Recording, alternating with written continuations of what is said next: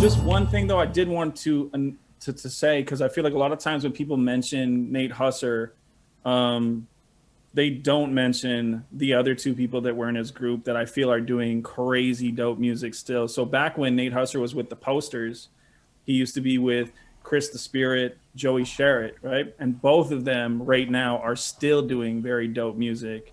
And I want both of them to get their shout outs. They need to get their tea as well. So, you know, what they can, their flowers, why they can still smell them, in my opinion. They are super dope artists, and I think they need to get shouted out more. I think there's so many dope artists in Montreal, but we just don't actually see them because of the sheer volume of artists in Montreal. At one point, I made a playlist. I just haven't updated it.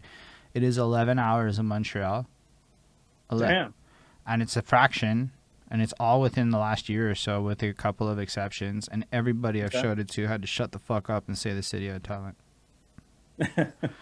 And it's every style. So to your credit, there is every fucking style. But that's kind of cool within itself. So it's almost like no matter what the fuck you're into in this city, there's like 10 guys who do it. And that's something I can say confidently. So blessing and a curse with it. I could understand the lack of artistic distinction, but also I don't think a lot of people have ever done the market research into what a city sound is. And I'm only blessed because I do this. So I talked to Lush One, and Lush One gave me a formula that I thought made a lot of sense. He said, go to any region, listen to everything that's not hip hop in that region, and then go listen to the hip hop, and you'll find out exactly what the fuck the city sound is. Because all it is that hip hop is like a collage of the sounds of a region. So fundamentally, you just have to look at your city's music scene and go, what the fuck pops? That's what the fans in the city are going to gravitate to, and that's what the city sounds like. Right. And that's kind of why I ended based up on your research, where did you get? I made an EDM project, and I started finding any EDM beat I could get. So Montreal's EDM in your... Bro, the rave scenes are ridiculous. My brother was doing 3,000 person sets while I was performing at 80 people in a bar. My brother was getting paid once upon a time when I was not. This is back 2012, 2014 era when I started. Rave scene had some issues. They went legitimate, as in bigger scale, which made it less fun for the real ones. And then there was some violence and shit, which caused some problems and killed the underground on cop shit.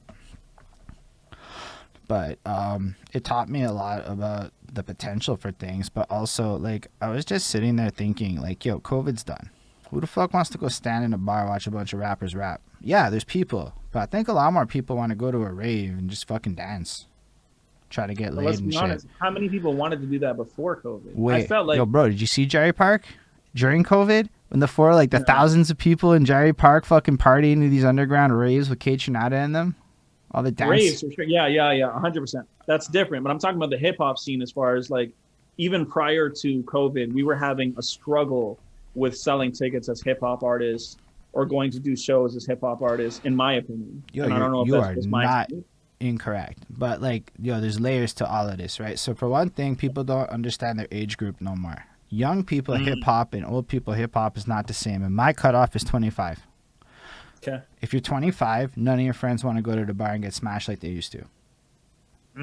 So your ability to create an energy for the music, for sure. So what I saw is a lot of people get older, and the show stayed at 11 p.m. And I'm like, bro, like, I couldn't sell tickets to shows, not because I didn't have 10 people who I could convince to come, but because I couldn't find a show that started early enough.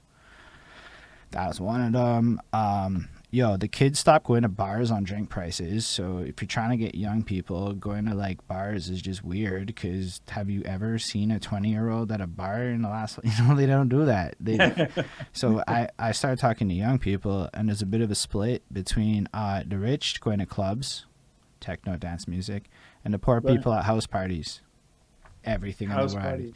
So it made me realize that, like, yo, the problem in a lot of senses was environment. And then there's a branding issue. Yo, let's be real. Like, when everybody's talking shit about all the shit, and all the people that are friends with us see everybody talking shit about all the shit, all they fucking see is bad. So I said, fuck that. And I just started doing this promote people shit. Sometimes I don't even like your shit, and I'll share it.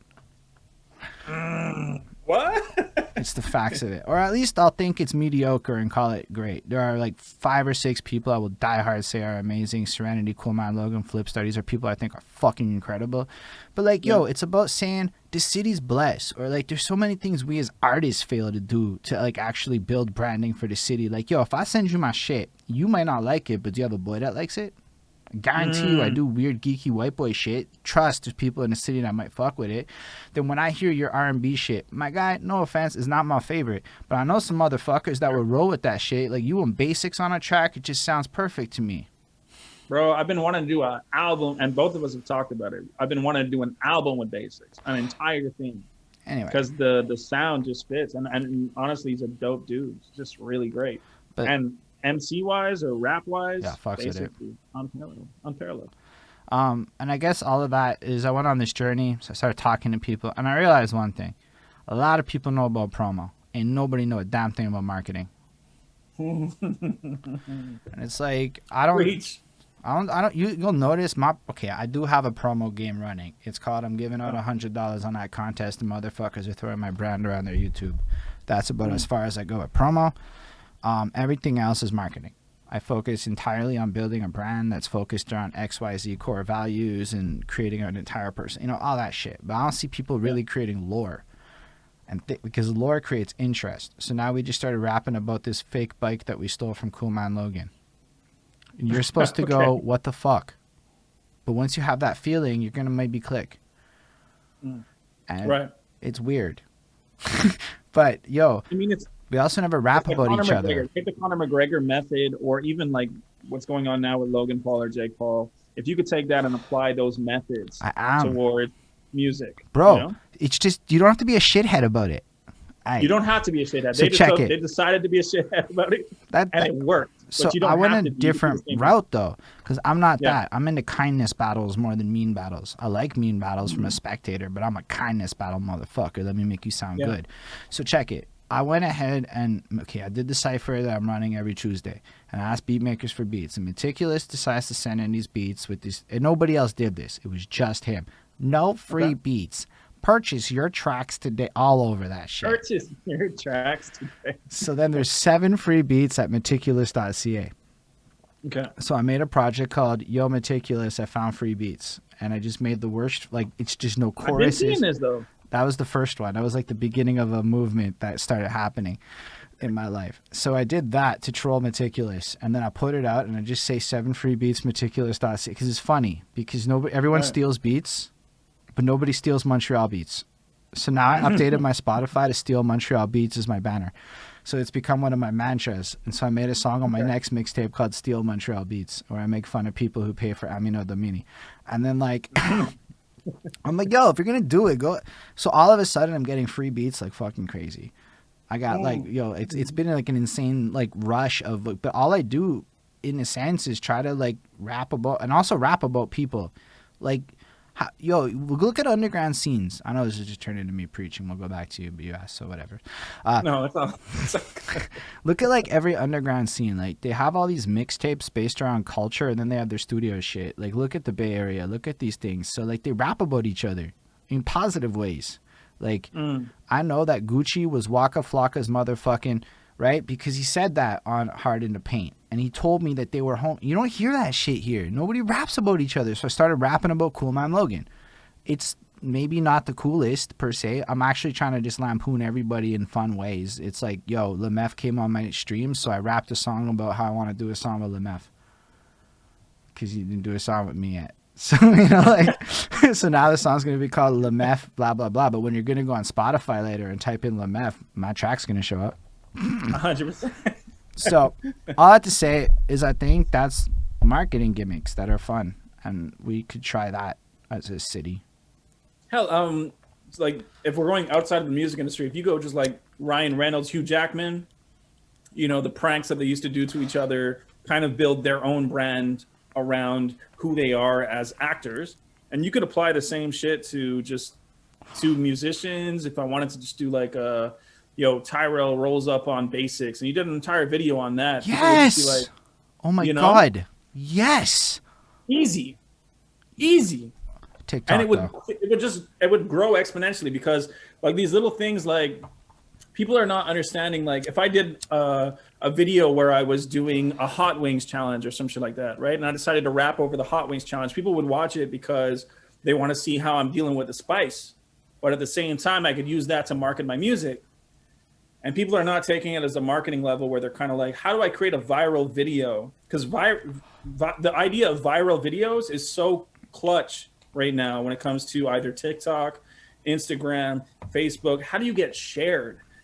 I need to get shared. I need one person to share the video 10 times to 10 different people. I can't have it where I release a video, everybody shares it that one day or the first couple of 3 days, and then it dies.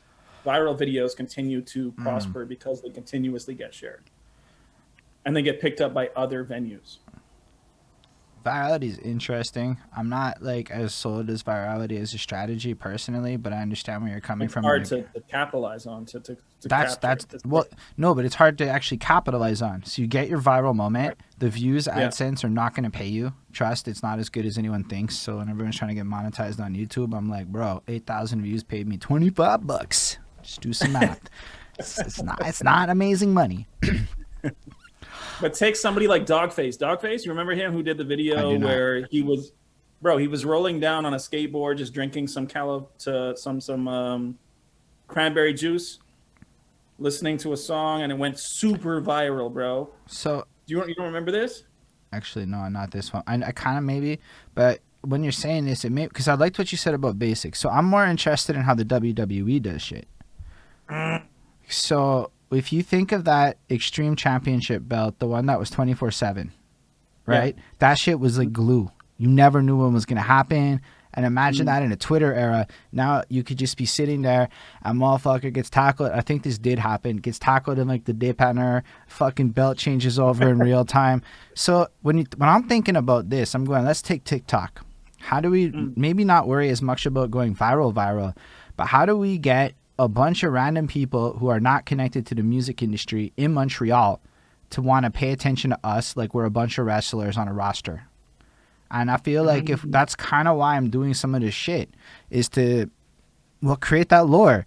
Like literally the homeboy Ismail is now just saying Logan underneath Cool Man Logan shit. Because that's one of my objectives is to make random people yell out, Cool Man Logan at like Cool Man Logan.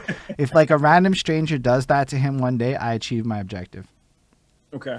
And that's fair. That's perfect. And it's a good way to market. And I really think, WWE had it right in my opinion. And I think that they knew how to make a story. Yeah. And the story got sold. And I think we as like people in this city need to treat the relationships we have with each other almost more like that. Like, right. Because everyone likes to rap about the silos and talk about how there's crabs in a buckets and everybody's blah, blah, blah, blah, blah, blah, blah. It's the same fucking boring ass motherfucking conversation. But like when you come to a solutioning angle, it's also like everybody wants to be a hero. And I'm like, so we can't all be the hero. Who gets the title? Fine. In my squad, Cool Man Logan can have the heavyweight championship. I'll take Intercontinental. You know, like you got to be willing to let somebody else be the big man kind of thing. And then like create this thing. Who can be the tag teams? Who can be this? And then we create our division. Yo, what if we build up and then next thing you know, it's like Crossroad DMS some shit and you got DMS just wrecks us because we're not fucking battle anything. But like, you know what I'm saying? And then like we create like other situations. I mean, I don't know about like verses in like a battle way. Maybe a song thing could happen. I don't know. But what I'm trying to say is like we create that. And then like what? Isn't there like a whole Southwest thing? So fine, we're the alt Southwest. That's how I'm like, let's go with that. We're the other guys in the Southwest. That's like, so it's like also to like understand the perspective. Like, bro, I performed at motherfucking shows where like I'm the only guy like with my day job occupation style. That's the best way I could put it. And I know I'm rapping, and I know none of these motherfuckers want me there. And I'm like, this is not the right venue for me with the other 14 guys on this bill. So it's not a matter of good or bad. It's just that, I can't bring my fans here and convert them. Like, it doesn't make sense. Whereas the synergy of, like, having like-minded artists in terms of core vision and fan base working together within respective camps, regardless of personal relationships with each other, is the move. So there's a lack of business intelligence where we can even talk about fucking genres or just the number of rappers. Okay, just the number of rappers is up for fucking debate.